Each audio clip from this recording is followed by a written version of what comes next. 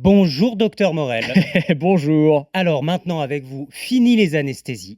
On va se faire opérer, peut-être pas à cœur ouvert quand même, mais juste avec des casques de réalité virtuelle, sans se faire anesthésier. C'est ça. Alors, la prochaine fois que vous irez chez le dentiste, par exemple, on vous proposera peut-être cette option-là, remplacer l'anesthésie locale par un casque de réalité virtuelle qui va vous faire oublier les instruments de torture qui se trouvent autour de vous.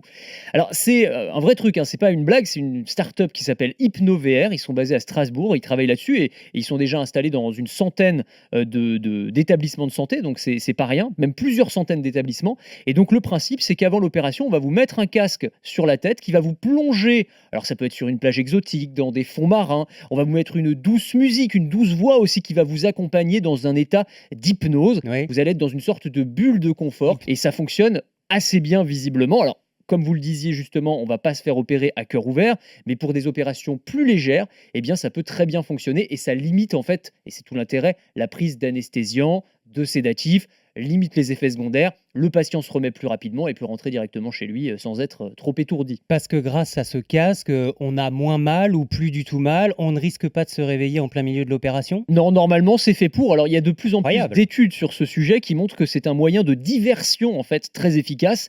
Réduction de l'anxiété, de la douleur. Il y a de plus en plus d'établissements médicaux qui utilisent ces techniques. Il y a des tests qui ont été réalisés d'ailleurs sur des grands brûlés et l'utilisation de la réalité virtuelle permet de sensiblement diminuer le niveau de douleur. Pas de supprimer, mais de la diminuer. C'est un outil, par exemple, qui est utilisé au centre des traitements des grands brûlés de Nancy ou même avant une opération pour limiter le stress du patient.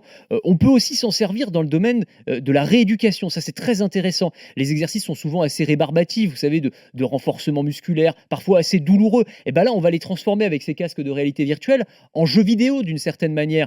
Si vous avez un exercice qui vous force à lever le bras de 90 degrés, souvent le patient il va s'arrêter avant parce qu'il a mal, puis parce que c'est un peu embêtant, ennuyeux. Mais si Eh c'est bien, pour jouer à FIFA 23, ça va mieux. exactement. Si on vous met un jeu de tir à l'arc, par exemple, qui va vous faire le même geste, bah, vous allez plus vous rendre compte que vous allez mal. Tout est transformé en jeu finalement. Et puis on peut aussi s'en servir dans les EHPAD. Ouais, absolument. Alors ça, c'est une autre start-up qui s'appelle FeelYou qui propose des voyages immersifs pour les résidents d'EHPAD.